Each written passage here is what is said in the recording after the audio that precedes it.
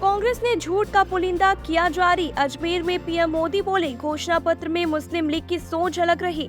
प्रधानमंत्री नरेंद्र मोदी ने शनिवार को राजस्थान के अजमेर में एक जनसभा को संबोधित करते हुए कांग्रेस पर जमकर निशाना साधा। उन्होंने कहा कि कांग्रेस ने कल एक झूठ का पुलिंदा जारी किया। ये झूठ का पुलिंदा कांग्रेस को बेनकाब करने वाला घोषणा पत्र है। हर पन्ने पर भारत के टुकड़े करने की बू आ रही है। कांग्रेस के घोषणा पत्र में वही सोच झलकती है जो आजादी के समय मुस्लिम लीग में थी। पीएम मोदी ने कहा कि आज की कांग्रेस के पास ना तो सिद्धांत और ना ही नीतियां बची है। घोषणा पत्र देखने पर लगता है कि कांग्रेस देश को पिछली शताब्दी पर धकेलने का एजेंडा लेकर आई है। क्या हम देश को पिछली शताब्दी में धकेलने देंगे?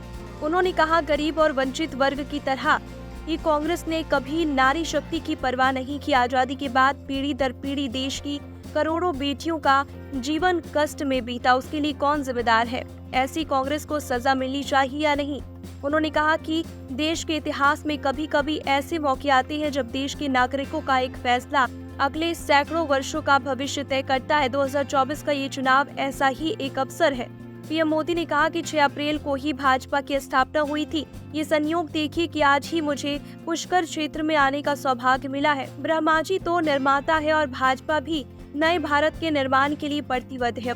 उन्होंने कहा, आज याद कीजिए कितने दशकों तक हमारे देश में जोड़ तोड़ वाली सरकारें चली, गठबंधन की मजबूरियां और हर किसी ने अपने स्वार्थ, इन सब में देश की हित पीछे छूट गया था। उन्होंने कहा, कांग्रेस के समय में गांव, गरीब, किसान, मजदूर, युवा, महिला, इन सभी का जीना मुश्किल हो गया था। हर दिन अखबारों में या तो घोटाले की खबरें छपती थी या आतंकी हमलों की खबरें आती थी। लेकिन 2014 से देश में एक बड़े बदलाव की शुरुआत हुई। उन्होंने आगे कहा कि कांग्रेस जहां रहती है वहां विकास नहीं हो सकता।